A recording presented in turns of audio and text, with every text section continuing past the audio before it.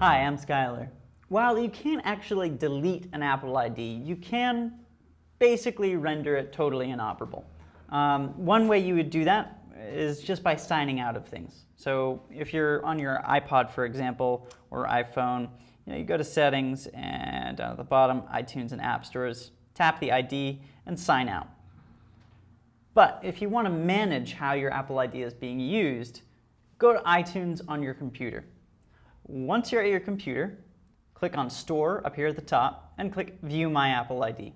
You'll have to enter your password. Once you do, you'll see all of this information. Now, what you'll want to do is go here, Manage Devices. So click Manage Devices. And here I can see all of the things that are using my Apple ID. Like, for example, this iPod Touch, which I actually don't own anymore. So I'm going to remove that so it's no longer associated with my Apple ID. And there we go, it's done.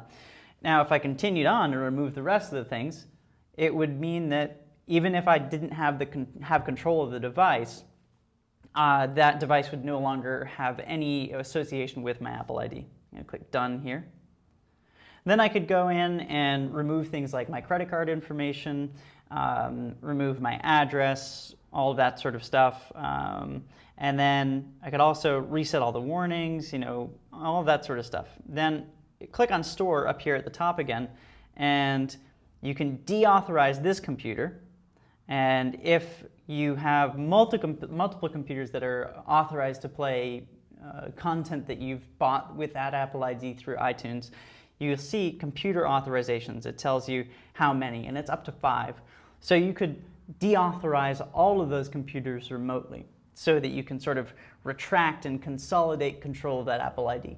Then once you've deleted all that information, essentially you've deleted the Apple ID. It'll still be out there, and you can't actually reuse it at some other later date, and no one else can either, which is a security feature. One thing that you may want to do before you go so far as to do that is, let's say you're changing your email address, for example, and you no longer want to use the email address that's associated with your Apple ID. Well, you can change that.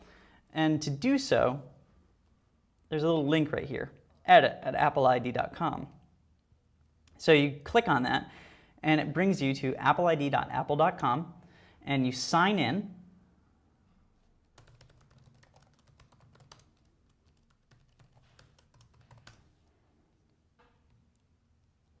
And once you've signed in, you'll see a couple things. Well, first, we have to verify things.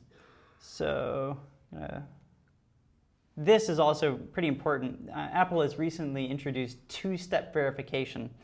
And what this means is that in order to log in and view these very important settings, I have to receive a verification code at my phone number. And we'll wait for it to come through. There we go. And this code is unique every time you log in. It makes a big difference in security, and it prevents things from being hacked. So right here I see my email addresses, etc., and I can click Edit, and then change my email address. So if I leave one email address, I can migrate my Apple ID to a new one. Thus, you may not actually have to delete anything. Thanks for watching. I'm Skylar.